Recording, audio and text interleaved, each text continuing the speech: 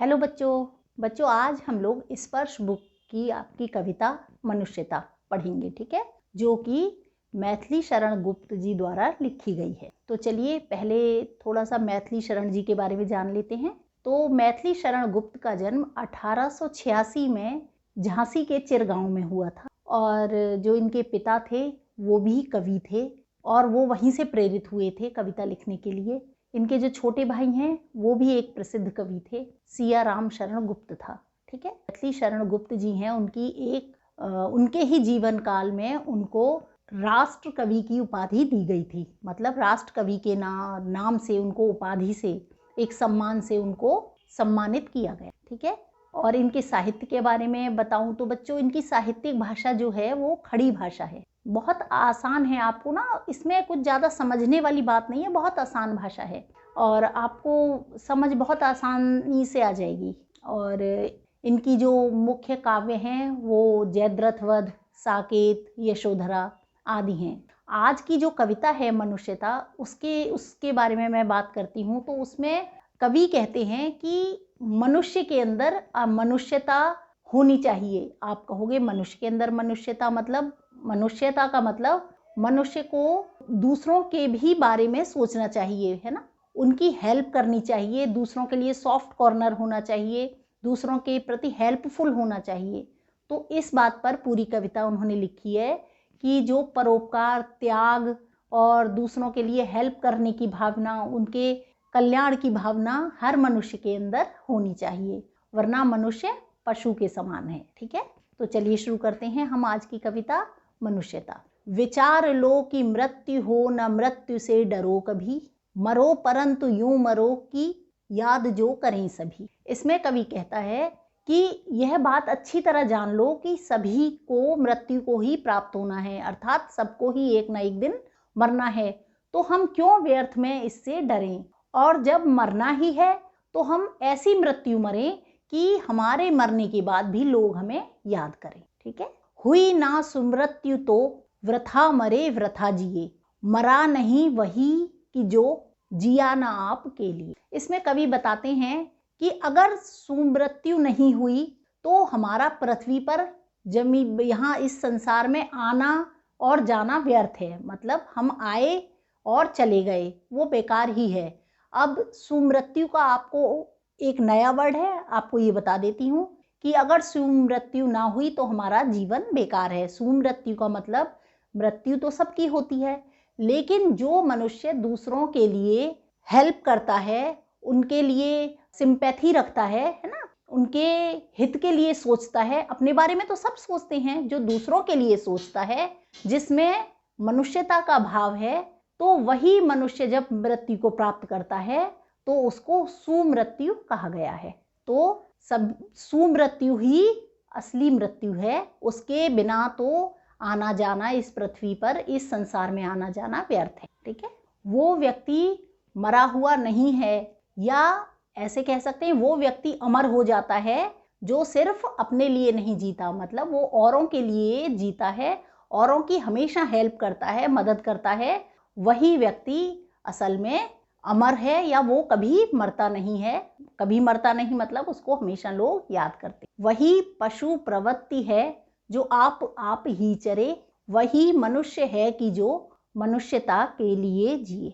इसमें कहा गया है कि वो मनुष्य पशु के समान है, जो व्यक्ति दूसरों की कभी हेल्प नहीं करता, दूसरों के बारे में कोई सोचता नहीं है, दूसरों से कभी सिंपैथी नहीं रखता, वो मनुष्य पशु के समान है जो सिर्फ अपने लिए ही जीता है। और वही मनुष्य है जो जिसके अंदर मनुष्यता है, या जो दूसरों के हित के बारे में सोचते। नेक्स्ट पैरा है बच्चों, उसी उदार की कथा सरस्वती बखानती, उसी उदार से धरा कृतार्थ भाव मानती। इसमें साफ कहा गया कि ऐसे उदार व्यक्ति, ऐसे सहृदय व्यक्ति जो हमेशा दूसरों की हेल्प करते हैं, जिनके अंदर मनुष्यता है, उनका गुणगान सरस्वती हमेशा करती हैं।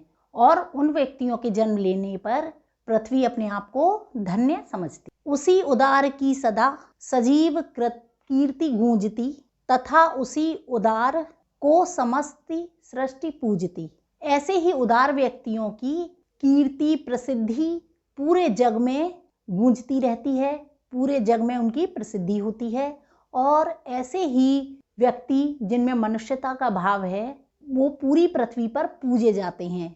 पूजने का उनका मतलब है कि पूरी पृथ्वी पर हर जगह उनका सम्मान होता है, सब उनकी रेस्पेक्ट करते हैं और उनकी पूजा करते हैं। अखंड आत्म भाव जो असीम विश्व में भरे, वही मनुष्य है जो कि मनुष्य के लिए मरे। वही मनुष्य वास्तव में सच्चा मनुष्य है, सच्चा व्यक्ति है, जो पूरी पृथ्वी को किसी भेदभाव के बिना, किसी बैर भाव के बिना पूरी पृथ्वी के लोगों को अखंड भाव से, बिना किसी भेदभाव के अपना समझता है, सबके बीच अपनत्व फैलाता है, अपनापन फैलाता है।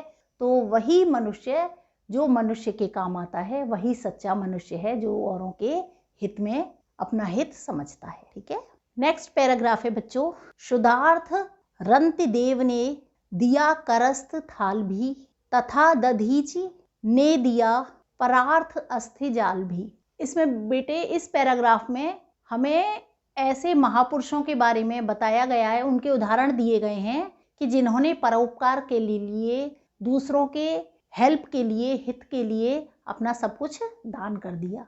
तो उन्हीं के उदाहरण इस पैराग्राफ में हैं। जैसे कि इसमें बताया गया है कि भूखे रंतिदेव, बहुत ज़्यादा भूख से व्याकुल थे रंतिदेव राजा, और जैसे ही वो भोजन करने के लिए उनका भोजन का थाल आया, तभी उनके सामने एक भिक्षुक आ जाता है। तो वो भूखे होते हुए भी, बहुत अधिक भूख लगी हुई थी, फिर भी वो अपना पूरा थाल उस भिक्षुक को दे देते। और इसी प्रकार जो दधीची हैं वो परोपकार के लिए, संसार के हित के लिए अपनी हड्डियों का भी दान कर देते हैं।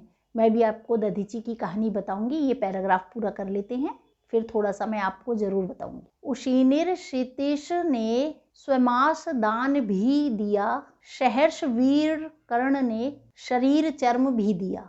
अब इसमें और बताया है कि जो गंधार के राजा शिवी थे, उन्होंने एक कबूतर की रक्षा के लिए अपना मांस दे दिया था, है ना। और इसके बाद जो कर्ण थे, उन पर भी इनके जन्म से ही उनके शरीर पर एक कवच और कानों में कुंडल थे, और जिसके रहते हुए उन्हें कभी भी मारा नहीं जा सकता था। तो एक इंद्रदेव ब्राह्मण के भेष में आए और उनसे दान में मांगे, तो उन्होंने वो उनको दे दिए। तो बिना किसी हेजिटेशन के कर्ण ने अपने कवच और कुंडल उनको दान कर दिए। तो बच्चों, इसमें ऐसे परोपकारी जो हैं महापुरुष, 4 लोगों का वर्णन हुआ है। राजा रंतिदेव, जिन्होंने भोजन का थाल बिना किसी हेजिटेशन के उसको भिक्षुक को, भूखे भिक्षुक को दे दिया था। उसके बाद जो दधीची हैं, उन्होंने किस प्रकार हड्डियां दान दी, मैं आपको थोड़ा सा बता देती हूँ। कि जो दधीची थे, तपस्या कर रहे थे, उसी वक्त एक राक्षस था, उसका बहुत आतंक फैला हुआ था, है ना। वो पूरे संसार क्या, देवता तक उससे डर रहे थे और उसके खौफ से बहुत डर रहे थे, इतना उसने आतंक मचा रखा था। तो वो ब्रह्मा जी से पूछते हैं कैसे इसको कंट्रोल किया जाए, है ना। तो उन्होंने कहा कि दधीची जो तपस्या कर रहे हैं ऋषि, उनकी हड्डियों से जब एक शस्त्र बनाया जाएगा, उससे इसकी मृत्यु होगी, तब ये मारा जा सकता है। तो उन्होंने दधीची से प्रार्थना की कि ये तो सारी पृथ्वी और हमको भी परेशान कर रहा है बहुत ज़्यादा। तो दधीची ने खुद को मृत्यु देकर, खुद मरकर अपनी हड्डियां दान की। हड्डियां कोई तभी दे सकता है ना जब खुद मर जाएगा। तो अपनी हड्डियां दान की, उससे शस्त्र बनाकर उस राक्षस का नाश हुआ, उसको मारा जा सका। तो उन्होंने परोपकार के लिए अपनी मृत्यु भी स्वीकार कर ली। और इसी प्रकार जो राजा शिवी हैं, ये भी कहानी मैं थोड़ा सा जरूर बताना चाहूँगी कि जो शिवी थे, उन्होंने क्या अपना मांस कैसे दिया कि एक कबूतर उनके पास आ गया था, उनके कंधे पर बैठ गया। तो वो उनकी शरण में आया था कि मुझे बचा लीजिए। उन्होंने देखा पीछे से एक बाज उड़ता हुआ आ रहा है, उसको कबूतर को खाने के लिए। तो उन्होंने कहा, जब उनकी शरण में आया वो कबूतर, तो उन्होंने कहा भाई मैं इसकी रक्षा करूँगा, तुम इसे ना खाओ, इसे मत खाओ। तो बाज बोला मुझे भूख लगी है, मैं कोई रोटी तो खाता नहीं हूँ ना, तो मैं क्या खाऊं, मुझे तो खाना है इसको, आप मुझे नहीं रोक सकते। तो राजा शिवी ने कबूतर जितना मांस अपने शरीर से काट के उसको खिलाया कि भाई तुम्हें भूख है तो तुम ये खा लो, इसको छोड़ दो। तो इस प्रकार शिवी ने अपने शरीर का मांस उसको दान में दिया था। इसी प्रकार कर्ण हैं, उनको भी जब से पैदा हुए थे तब से उनको कानों में कुंडल और कवच पहना हुआ था। जन्म के साथ ही उनके शरीर पे आया हुआ था कि जब तक वो रहेगा उनकी मृत्यु नहीं होगी, इनको मारा नहीं जा सकता। और जो इंद्रदेव ब्राह्मण का रूप रख के आए और उन्होंने उससे दान में मांग लिया। कर्ण ने बिना किसी हेजिटेशन के, बिना किसी तरह सोचे विचारे बिना उनको 1 मिनट में अपना कवच कुंडल उतार कर दे दिया। तो इस प्रकार ये महापुरुष आज तक हम इनके बारे में पढ़ते हैं, जानते हैं, तभी ना इनके अंदर कितनी दूसरों के हेल्प की भावना थी, कितना दूसरों के बारे में सोचते थे। तो इसीलिए हमें मनुष्यता का भाव हमारे अंदर होना चाहिए। ठीक है, नेक्स्ट लाइन है बच्चों, अखंड आति चाहिए महाविभूति है यही, वशीकृता सदैव है बनी हुई स्वयं मही। इसमें कवि कहते हैं कि सहानुभूति होनी चाहिए, सबके प्रति सिंपैथी, हेल्पफुल नेचर, सबके लिए हेल्प करने की भावना, त्याग की भावना, प्रेम की भावना होनी चाहिए। यह महाविभूति, वह महाविभूति मतलब ये हमारी बहुत बड़ी एसेट है, हमारी बहुत बड़ी पूंजी है ना। तो ये हमारे अंदर सिंपैथी की भावना, सहानुभूति की भावना होनी चाहिए। ये एक हमारी बहुत बड़ी पूंजी है और इसके द्वारा हम पूरी पृथ्वी को अपने वश में कर सकते हैं।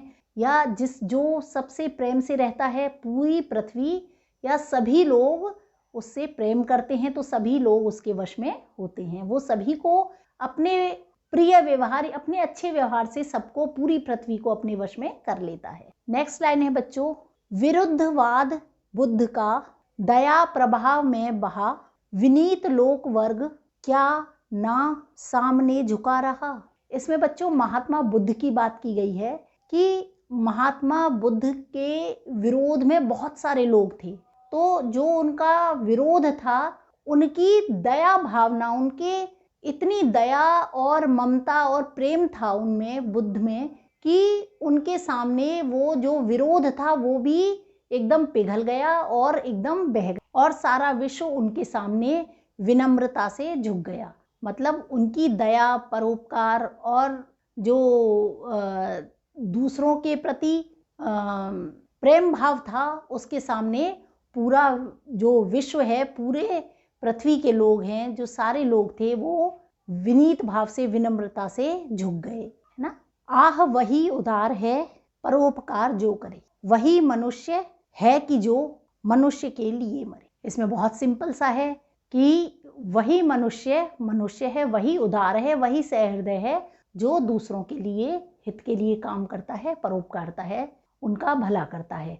और वही मनुष्य है जो दूसरों के हितों के लिए मरता है। नेक्स्ट पैराग्राफ है बच्चों, रहो न भूल के कभी मदांध तुच्छ वित्त में, सनाथ जान आपको करो न गर्व चित्त में। इसमें कवि कहते हैं कि कभी भी भूल कर भी पैसे के छोटे से, थोड़े से धन के लोभ में आकर, थोड़ा सा धन होने पर इसके घमंड में अंधे मत हो जाओ, है ना, कि इसके धन के नशे में पागल मत हो जाओ। और थोड़ा सा समर्थ होने पर, थोड़ा सा आप सामर्थ्यवान हो जाते हो तो इस बात से अपने मन में बिल्कुल घमंड मत लाओ, या अपने चित्त में, अपने मन में ये मत सोचो कि मैं किसी के लिए कुछ कर रहा हूँ। अनाथ कौन है यहाँ, त्रिलोकनाथ साथ हैं, दयालु दीन बंधु के बड़े विशाल हाथ हैं। इसमें कवि कहते हैं कि इस संसार में अनाथ कौन है। यहाँ पर कोई अनाथ नहीं है, सबके सिर पर, सबके ऊपर ईश्वर का, भगवान का हाथ है, सब पर उसकी कृपा है। नेक्स्ट लाइन है बच्चों, अतीव भाग्यहीन है अधीर भाव जो करें, वही मनुष्य है कि जो मनुष्य के लिए मरे। इसमें कवि कहते हैं कि वो मनुष्य बड़े भाग्यहीन हैं, वो जो कि बहुत अधीर हैं, बेचैन हैं, है ना, जो घबरा जाते हैं सब विपत्तियों की, हमारे साथ कोई नहीं है। घबराना नहीं चाहिए, ईश्वर सबके साथ हैं। प्रभु के रहते हुए हमें घबराने की आवश्यकता नहीं है। और वही मनुष्य है जो कि दूसरों के लिए जीता मरता है या दूसरों के हित की चिंता करता है, जिसके अंदर मनुष्य। अनंत अंतरिक्ष में अनंत देव हैं खड़े, समक्ष ही बाहुबल जो बढ़ा रहे बड़े बड़े। इसमें बच्चों बताया गया है कि किस प्रकार आसमान में, आकाश में देवता भी अपने हाथ फैलाए, अपनी बाहें पसारे उनका स्वागत करने के लिए खड़े हुए हैं। किनका स्वागत? जो कि करुणामय हैं, दूसरों की हेल्प करते हैं और दूसरों के लिए अपना जीवन जीते हैं। उनके लिए आकाश में देवता भी हाथ बढ़ाकर उनका स्वागत कर रहे हैं, या ऐसे भी कह सकते हैं कि उनका मनोबल बढ़ा रहे हैं, उनका हौसला बढ़ा रहे हैं, या उनको मोटिवेट कर रहे हैं, है ना, कि आप बहुत अच्छा काम कर रहे हो और आप इस तरह आगे बढ़ते रहो और कार्य करते रहो। परस्परवलंब से उठो तथा बढ़ो सभी, अभी अमृत्य अंक में अपंग हो चढ़ो सभी। कि एक दूसरे का मतलब एक दूसरे की हेल्प करते हुए, एक दूसरे का सहारा बनते हुए हमें आगे बढ़ना है। सभी को अपने एम, अपने गोल्स, अपने उद्देश्य पूरे करने के लिए एक दूसरे का हाथ पकड़कर, मतलब एक दूसरे का सहारा बनकर हमें आगे बढ़ना चाहिए। और इस मृत्यु लोक में, मतलब इस पृथ्वी पर जहाँ पर सभी को मरना है, यहाँ पर सभी अपने अपने एम, अपने अपने उद्देश्यों की पूर्ति करने के लिए बिना किसी कलंक के या बिना किसी अपने ऊपर बिना कोई कलंक लिए या बिना कोई बुराई लिए हमें एक दूसरे का हाथ पकड़कर आगे बढ़ते रहना है। रहो न यूं कि एक से न काम और का सरे, वही मनुष्य है कि जो मनुष्य के लिए मरे। और हमें इस प्रकार नहीं रहना है कि हम किसी को हमारी ज़रूरत है और हम उसका साथ ना दें। मतलब हमारी वजह से अगर किसी का काम बन रहा है, हमारी किसी को हेल्प चाहिए तो हमें उसकी हेल्प ज़रूर करनी चाहिए। किसी के काम हमारी वजह से बन रहा है तो हमें उसके काम में उसकी मदद अवश्य करनी चाहिए, और उसका एम, उसके गोल को अचीव करने में हमें उसका सहारा बनना चाहिए। और वही मनुष्य है जो कि औरों के लिए अपना जीवन जीता है और औरों के लिए मरता है। ठीक है, नेक्स्ट पैराग्राफ है बच्चों, मनुष्य मात्र बंधु है, यही बड़ा विवेक है, पुराण पुरुष स्वयंभू पिता प्रसिद्ध एक है। इसमें बच्चे कवि कहते हैं कि ये हमारा ज्ञान हो जाना चाहिए, हमारा ये विवेक से, ये सबसे बड़ा विवेक है, मतलब सबसे बड़ा समझदारी वाली बात है कि हमें इसका ज्ञान हो जाए। हमें ये पता होना चाहिए कि हमारा जो सभी मनुष्यों से भाईचारा है, सभी हमारे भाई बंधु हैं, और पुराणों के अनुसार हमारा सभी का, इस पृथ्वी पर रहने वाले सभी मनुष्यों का परम पिता एक ही है। सभी का जो पिता है, सभी के जो नाथ हैं, वो सबके एक ही हैं। तो हम सभी एक ही परम पिता की संतानें हैं। इसलिए हमें यह बात अच्छे से समझ लेनी चाहिए। ये एक ज्ञान की बात है कि हम सभी भाई बंधु हैं, एक दूसरे के मित्र हैं, और हमें सबसे किसी से भी कोई बैर भाव नहीं रखना चाहिए। फलानुसार कर्म के अवश्य बाह्य भेद हैं, परंतु अंतरेक्य में प्रमाणभूत वेद हैं। अब कवि बताते हैं कि बताया जैसे लास्ट लाइन में कि सबके परमपिता परमात्मा एक ही हैं, तो अब वो कह रहे हैं कि हमारे कर्मों के अनुसार हम बाहरी रूप से अलग अलग हैं, जैसे रंग रूप देश, तो हमारे ये बाह्य रूप बेशक अलग अलग है, लेकिन वेद पुराण साक्षी हैं कि अंतर मन से, आत्मा से हम सभी एक हैं, क्योंकि हम सभी की आत्मा में उसी ईश्वर का वास है।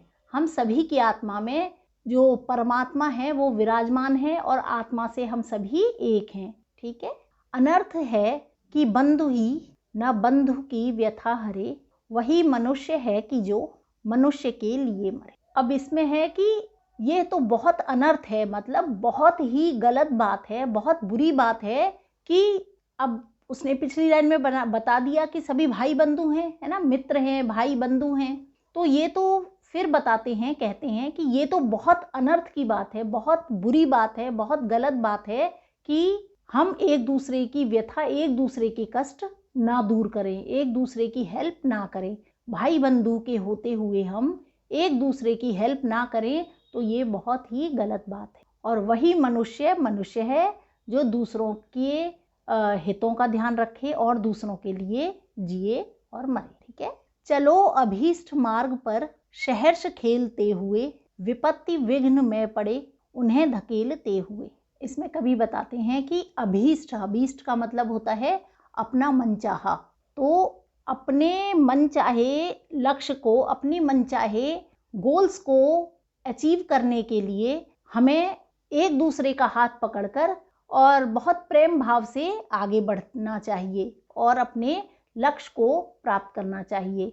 और वो ये भी कहते हैं कि हम चाहे कुछ भी लक्ष्य प्राप्त करें, कुछ भी अचीव करें, लेकिन लास्ट हमें एक बात का ध्यान रखना चाहिए कि हमारा लक्ष्य क्या है, कि सभी भाई बंधु और इस जो भी मनुष्य हैं इस पृथ्वी पर, सबके साथ अपनेपन और प्यार व्यवहार से भाई बंधु समझकर उनके साथ व्यवहार करें और उन्हें अपना समझें। तो इसी प्रकार हमें अपना मनचाहा लक्ष्य प्राप्त करने के लिए, गोल अचीव करने के लिए अपने मार्ग पर तेजी से एक दूसरे का हाथ थामकर बढ़ना चाहिए। और जो भी विपत्ति हमारे सामने आ रही है, जो भी अवरोध, जो भी बीच में रुकावटें आ रही हैं, उन्हें पूरे जोश के साथ हटाते हुए, अपने रास्ते से दूर करते हुए हमें आगे बढ़ते जाना चाहिए। घटे न हेल मेल, बढ़े न भिन्नता कभी, अतर्क एक पंथ के, सतर्क पंथ हों सभी। इसमें साफ है, इसमें तो कोई समझने वाली बात नहीं है। आपने लाइन पढ़ी ना कि बिना किसी शत्रुता के, हेल मेल से मतलब प्रेम और भाव से हिल मिलकर हमें अपने लक्ष्यों को प्राप्त करने के लिए आगे बढ़ना चाहिए। और कभी एक दूसरे से भिन्नता ना बढ़े, मतलब आपस में मनमुटाव ना हो, आपस में आर्ग्यूमेंट्स ना हो। तो हमें प्यार से एक दूसरे का हाथ थाम कर आगे बढ़ना चाहिए। बिना अतर्क, तर्क होता है आर्ग्यूमेंट्स, तो बिना किसी तर्क के, बिना वाद विवाद के, बिना आर्ग्यूमेंट्स के हम सभी को एक दूसरे के साथ हाथ पकड़कर अपने सावधानी पूर्वक, है ना, अपने लक्ष्य की ओर आगे बढ़ते जाना चाहिए। क्योंकि सभी का उद्देश्य, सभी को अपने उन्नति के पथ पर आगे चलते जाना है, अपने गोल अचीव करने के लिए आगे बढ़ना है। सभी का पंथ, सभी का रास्ता एक है, तो सभी को एक दूसरे का हाथ थामकर आगे बढ़ते जाना चाहिए। तभी समर्थ भाव है कि तारता हुए तरे, वही मनुष्य है कि जो मनुष्य के लिए मरे। फिर कभी एक ही बात इसमें बार बार कह रहे हैं, औरों के लिए हेल्पफुल होने की बात ही पूरी कविता में हमें बताई गई है। तो समर्थ भाव है यही, मतलब यही सक्सेसफुल, यही एक सही और समर्थ बात जो पूरी कविता का सार है, वो यही है लास्ट में, कि अपना भला करते हुए, खुद सफल होते हुए हम औरों को भी सफल बनाएं। सिर्फ अपना भला ना करें, अपने साथ साथ औरों का भी हाथ पकड़ कर चलें, औरों को भी तारते हुए चलें, औरों को भी सफल बनाते हुए चलें। और फिर वही मनुष्य है जो अपने साथ साथ औरों के भी हित की, औरों की भी परवाह करता है, औरों का भी ध्यान रखता है, उनके लिए जीता मरता है। वही मनुष्य सफल है, या वही मनुष्य। ठीक है, तो बच्चों अब हमारी ये मनुष्यता जो कविता है पूरी हो गई है। उम्मीद है आप सबको समझ आ गई होगी, और नेक्स्ट वीडियो में हम इसके क्वेश्चन आंसर करेंगे। तो ये अगर वीडियो समझ आई हो और पसंद आई हो तो प्लीज़ लाइक सब्सक्राइब ज़रूर करें। Thank you.